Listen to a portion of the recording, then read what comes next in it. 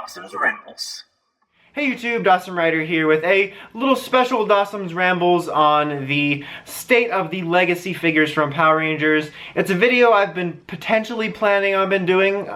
That was some good English, but that I potentially have been thinking about doing basically, and I wasn't sure when or if I was going to do it, but yesterday we got first in-person at store shots of the Zeo gold figure from the legacy line, and his chest armor is all done pale. It's like the color of the Gold Ranger suits the last few years in PR that's just pale, which I think is kind of worse. Like, how are your prop department that bad? How is your prop department that bad? Anyway, but so it just kind of gave me an opportunity to want to do this video. So basically, a lot around the legacy line has been a mess, and I have talked about it a little bit in my reviews of the first 3 waves, a little bit on Twitter. So this is basically going to be a little bit of a rant ramble on what I think they should do. But basically, there's a bunch of problems. You know, we have mixed waves. They don't do... I would love to see just one season be a wave, and people have mentioned this to me, and I get it. They're going to want to include something like MMPR, which is more recognizable to the masses, to sell it,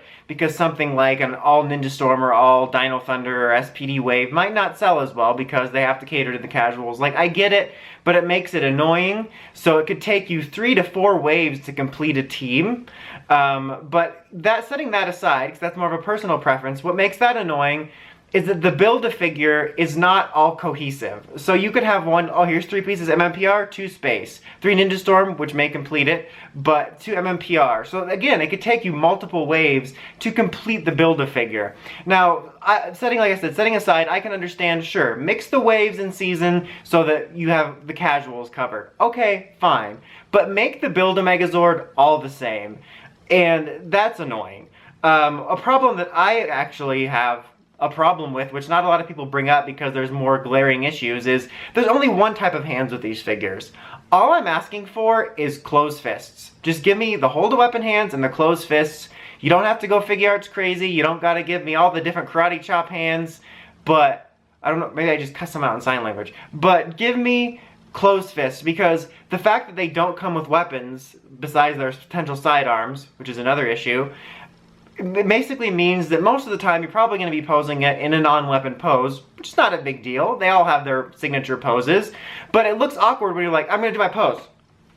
Like, maybe that doesn't look so bad. That could also be a weird thing. But I mean, my point is it looks awkward to have the I'm going to hold a weapon hand when you're in a pose. Just give me the closed fists. That's all I'm asking for.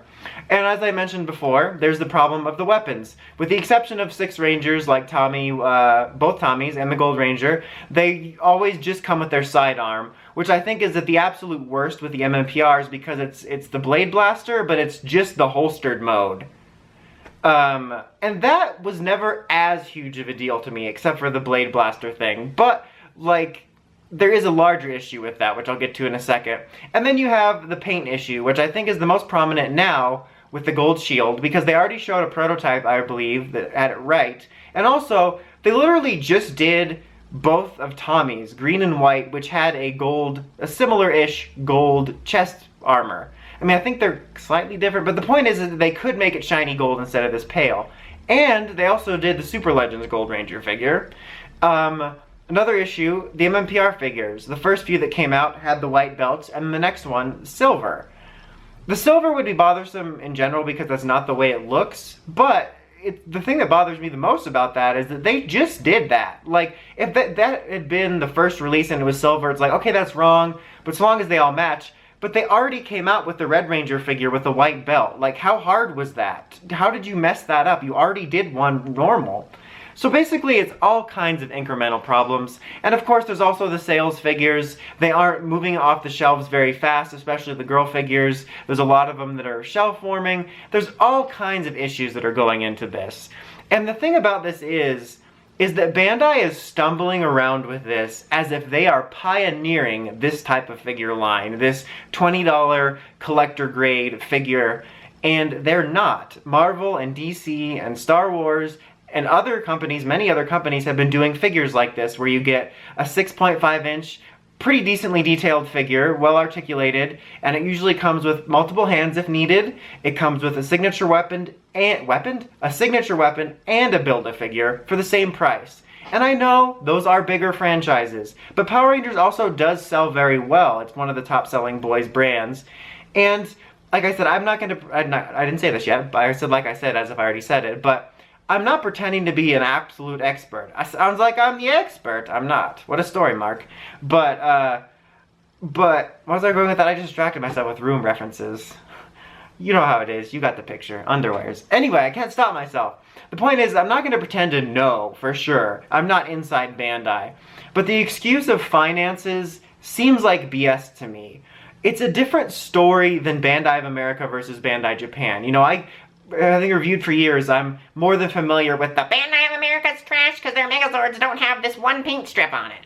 Because there's a different market there, different economy. It's more acceptable in Japan to buy a $50, $60 mecha than it is here, than back in the 90s when Power Rangers was at the height of popularity and we could just bring over the mold. So now we have to make it a little bit more cost effective, and I think sometimes those get a little more heat than they deserve. But that's a different story, because that's literally talking about a different country's, wow, that was bad almost, different country's economy.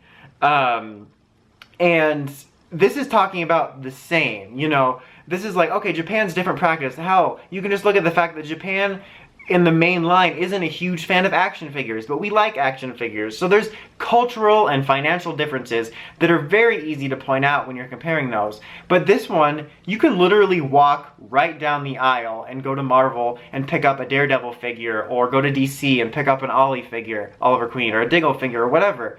And they are able to put in the Build-A-Figure part, all that makes the same thing, mind you. A DC line could have stuff from Arrow, from Batman, from Superman. I mean, sure, it's all under the DC blanket, but from 3 different sources. One could be inspired by an animated movie, a couple could be inspired by the actual comics, and some could be from the CW shows, but they all have the same Build-A-Figure. But they include the Build-A-Figure and the weapons and potentially different hands for the same price. And this is in the same aisle, the same country, so I don't understand. I think it's BS, the financial excuse. I think they could find a way to do this. So that's obnoxious. And it's just, it has gotten a bit tiresome. I'm not as upset as some people, but it's definitely tiresome, mainly because, like I said, they're acting like they're struggling to figure out this new type of toy, but this is something that has been happening for a while now, for lots of people, so they need to figure that out. And as I mentioned, a lot of people talk about the sales figures of them and the girls, and I could do a whole other video about that, but the fact is the girl stuff just doesn't sell as well. And I'm not saying girls don't like PR, there aren't collectors or young boys that want to buy the girl stuff. I'm just saying I've been collecting since I was little, and from observing, from when I bought as a kid to when I buy now as a collector, the girl stuff just doesn't sell as well. And that's not, I'm not saying that's something that can't change, but it's not easy. People will just be like, oh yeah, well my friend's daughter likes PR, so why don't they just make 15,000 Yellow Ranger figures? It doesn't work like that. And it creates, it's this huger issue that's kind of get messy because it becomes somewhat political. But you have to look at it from a business perspective. If Dryers has an ice cream flavor that doesn't sell as well, they're gonna make less of it because it just doesn't sell as well. And just because your friend Tinny happens to like this flavor of ice cream doesn't mean everyone will. And I always get that pushback of, oh yes, this one personal account obviously pushes away their financials. Like I said, that's a whole other video, but my point is, it just doesn't sell as well. And we could change that, but it's not gonna happen overnight. Just because your daughter or your friend, or when you were young you liked to buy it, doesn't mean Bandai should change it like that, because that's a way, if they all of a sudden did that, they could be in financial trouble. So, but that might be another video I talk about, but that's a very sensitive subject, but I'm just talking about what I've observed. But the point I was gonna get to with distribution is, honestly, I think what could work, and what I wouldn't be mad at, is if they made the main legacy releases that you could find at Target or Walmart or Toys R Us, basically just the Reds and 6th, or Popular Rangers, right? And then do the rest of the team as a premium release. We need to get a premium site for America. They have it in Japan. Granted, the figure arts choices for what's exclusive and what's retail, I think they just pull it out of the hat. I'm like 99% sure. But the point is that they have that outlet. So if they have a figure that they don't think will sell as well, but they know that there is a chunk of people that will want it, they put it up on Premium Bandai.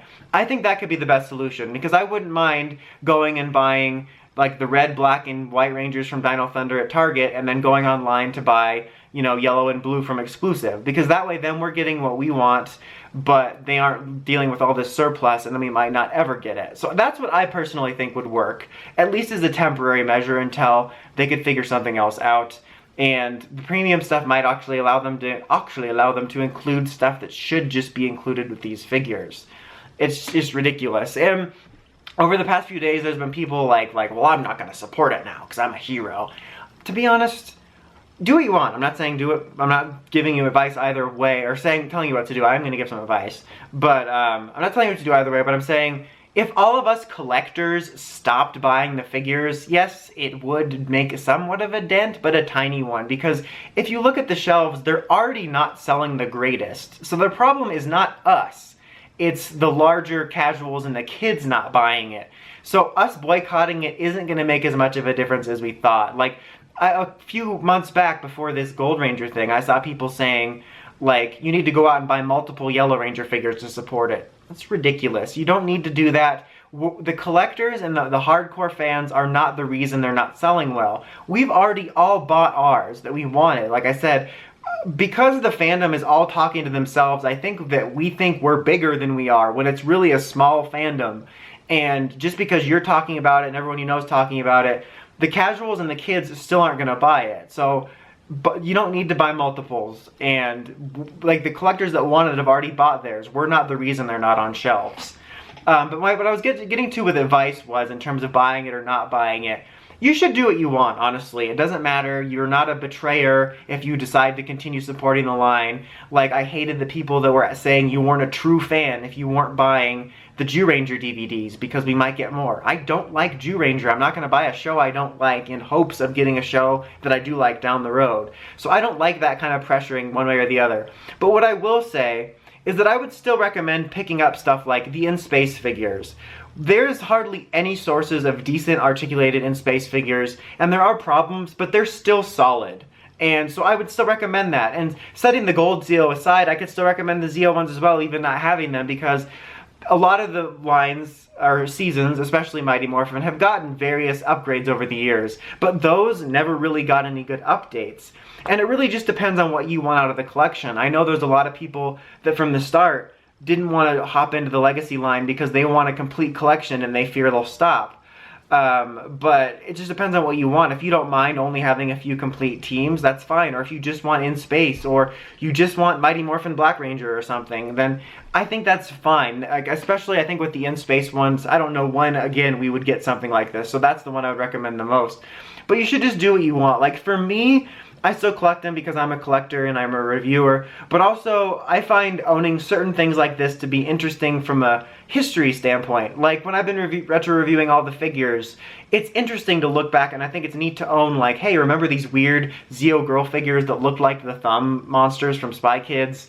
Or the Super Legends line where they had those sort of sleeker looking ones. Like, sometimes I don't mind having an incomplete collection because I find it to own from a history of the toy line standpoint, but it depends on what kind of collector you are. The bottom line is I think Bandai needs to get this under control and make changes, but you should make up your own mind on whether you want to buy them or not, because I think we should voice our opinions, but I don't think that you deciding, well, I just really want a Zeo figure or an In-Space Andros figure, you're not betraying anybody, and you should buy what you want, but they definitely need to fix this.